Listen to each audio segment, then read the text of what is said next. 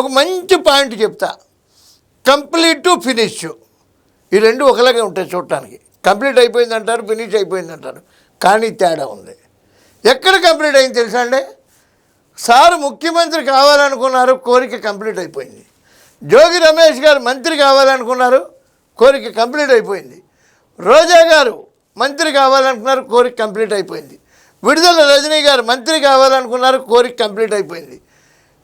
పేర్ని నాని గారు మంత్రి కావాలనుకున్నారు, కోరిక కంప్లీట్ అయిపోయింది.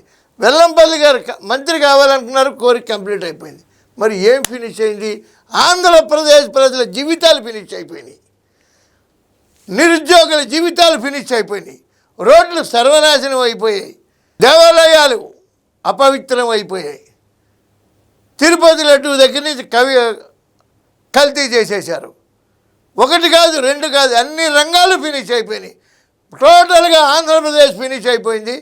వీళ్ళ కోరికలు మాత్రం కంప్లీట్ అయిపోయినాయి. ఇదండి కంప్లీట్కి ఫినిష్కి ఉన్నటువంటి తేడా.